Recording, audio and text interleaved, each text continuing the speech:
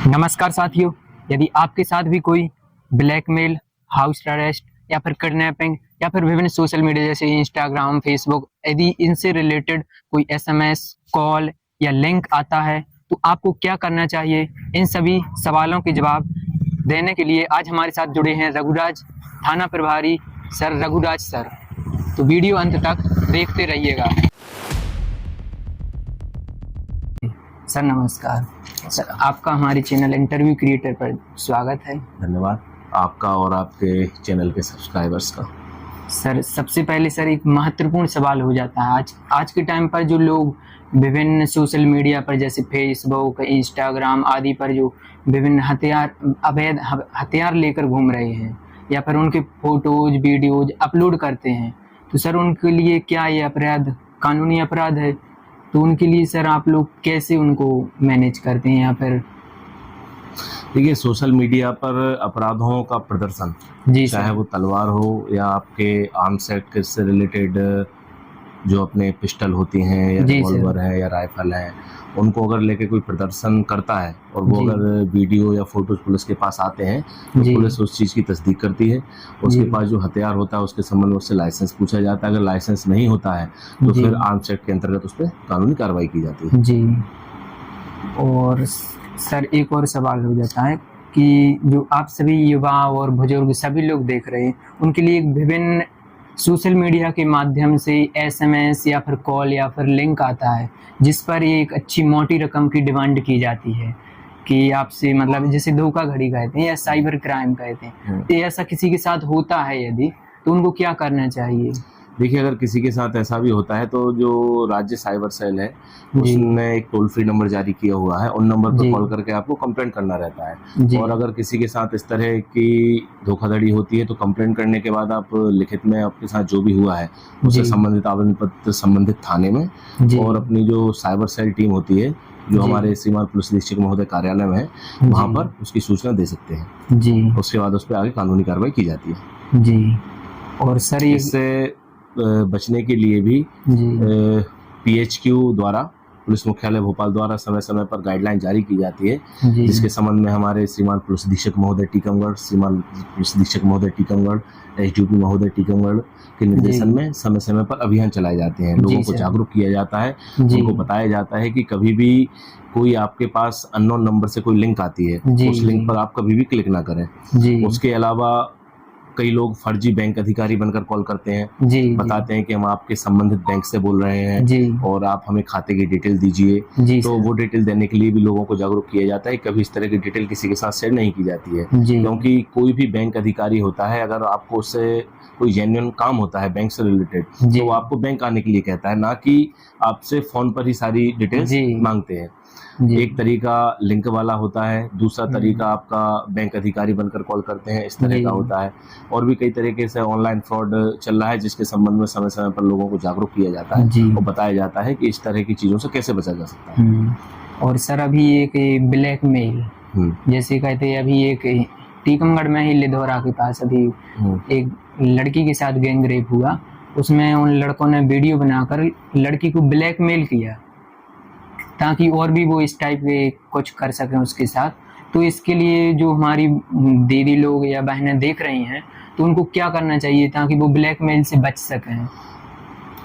इसमें हमारे समाज की बहन और बेटियों को सबसे पहले तो किसी भी व्यक्ति पर भरोसा नहीं करना चाहिए जी। जो आपका परिचित नहीं है, जो आपके परिवार से रिलेटेड नहीं है, ऐसे किसी व्यक्ति पर भरोसा करके और उसकी बातों में आकर किसी भी तरह का वीडियो इस तरह की चीजें बनाने की अनुमति नहीं देनी चाहिए और ना ही बनवानी चाहिए जी सर। जब इस तरह के वीडियो नहीं बनेंगे तो फिर ब्लैकमेलिंग नहीं होगी। वो जो पर्टिकुलर प्रकरण है उसमें FIR दर्ज की जाकर आरोपियों को गिरफ्तार किया गया। सर जो वीडियो है वो कोई लड़की नहीं चाहती कि हमारा वीडियो बन जाए। मैं आपकी बात समझ गया हूँ, लेकिन मैंने सबसे पहले आपसे कहा कि किसी ऐसे व्यक्ति पर भरोसा ही मत करो। आप जब किसी पर भरोसा ही नहीं करेंगे, उसके पास ही नहीं जाएंगे तो इस तरह के वीडियो नहीं बनेंगे जी। और जब वीडियो ही नहीं बनेंगे तो इस तरह की चीजें नहीं होंगी। सर वो क्या अनफॉर्चुनेटली कहीं कोई गर्ल्स मंदिर से जा रही थी, वो अभी गर्ल्स तो उसके साथ जो होगा तो मतलब जो ब्लैकमेल करें तो उनके लिए हमारी बहनों को क्या करना चाहिए? पुलिस के पास आगे बताना चाहिए या फिर अपने अगर आपके माता साथ किसी भी तरह बताना का चाहिए? क्योंकि माता पिता को बताने में तो वो थोड़ा शर्मिंदा होते हैं। देखिए, इस संबंध में हमारे जिले के सभी थानों में महिला ऊर्जा हेल्प डेस्क का संचालन किया जा रहा है। जी सर। आज हमारे थाना बुढ़ेरा में भी महिला ऊर्जा हेल्प डेस्क का प्रारंभ किया जा रहा है, उसकी तैयारियां चल रही हैं। तो अगर इस तरह की कोई घटना होती है जिनसे आप अपने परिजनों को नहीं बता सकते हैं, तो आप थाने आकर महिला ऊर्जा हेल्प डेस्क पर इस चीज की शिकायत कर सकते हैं जी। और पुलिस संबंधित लोगों के विरुद्ध कार्रवाई करती है जी।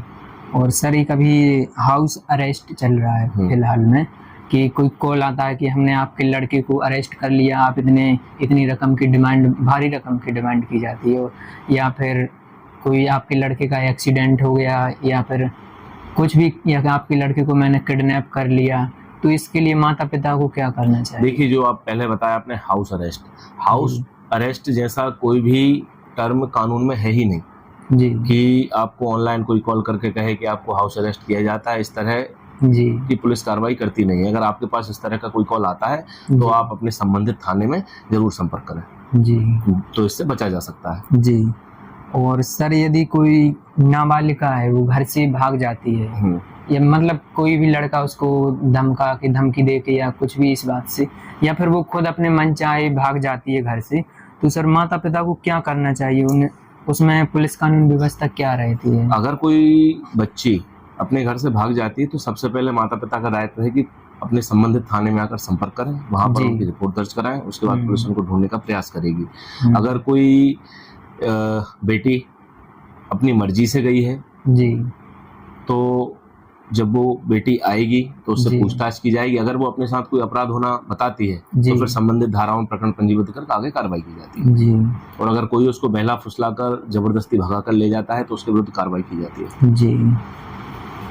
और सर अभी आप बुढ़ेरा थाने में नए प्रभारी के रूप में पदस्थ हैं, तो सर आपने सबसे पहले पुलिस व्यवस्था में कौन सा अच्छा कार्य किया है? सबसे पहले मैं लगभग इस टीकमगढ़ जिले में 7-7.5 साल से हूँ जी सर। और पुलिस व्यवस्था में जो पुलिस कार्य करती है वो सभी अच्छे कार्य ही होते हैं जी सर। पुलिस की जिम्मेदारी ये है कि समाज में कानून व्यवस्था बनी रहे जी, और अपराधों पर नकेल कसी जाए जिससे लोग स्वतंत्र होकर अपना जीवन यापन कर सकें जी। और पुलिस का हर एक कार्य उसी उद्देश्य को पूरा करने के लिए होता है जी सर। और वही हम लोग करते हैं जी सर। ऐसे हम कोई पर्टिकुलर कार्य बताएंगे तो अन्य कामों की उपेक्षा करना होगा जी सर। तो पुलिस के जो रेगुलेशंस में और जो कानून में काम है वो सभी काम लोगों की अच्छाई के लिए होते हैं। जी सर।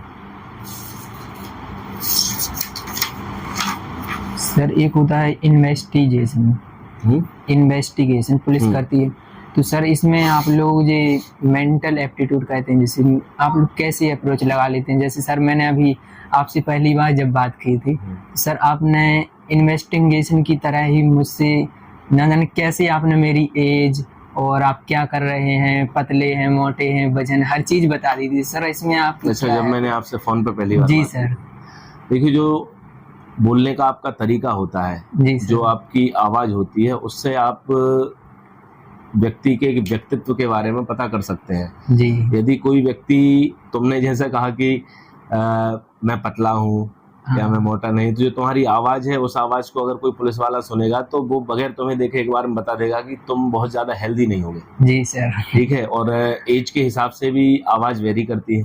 इसी प्रकार तो सर चोरों को भी पकड़ लेते होंगे आप। वो इन्वेस्टिगेशन का पार्ट अलग होता है, उनसे पूछताछ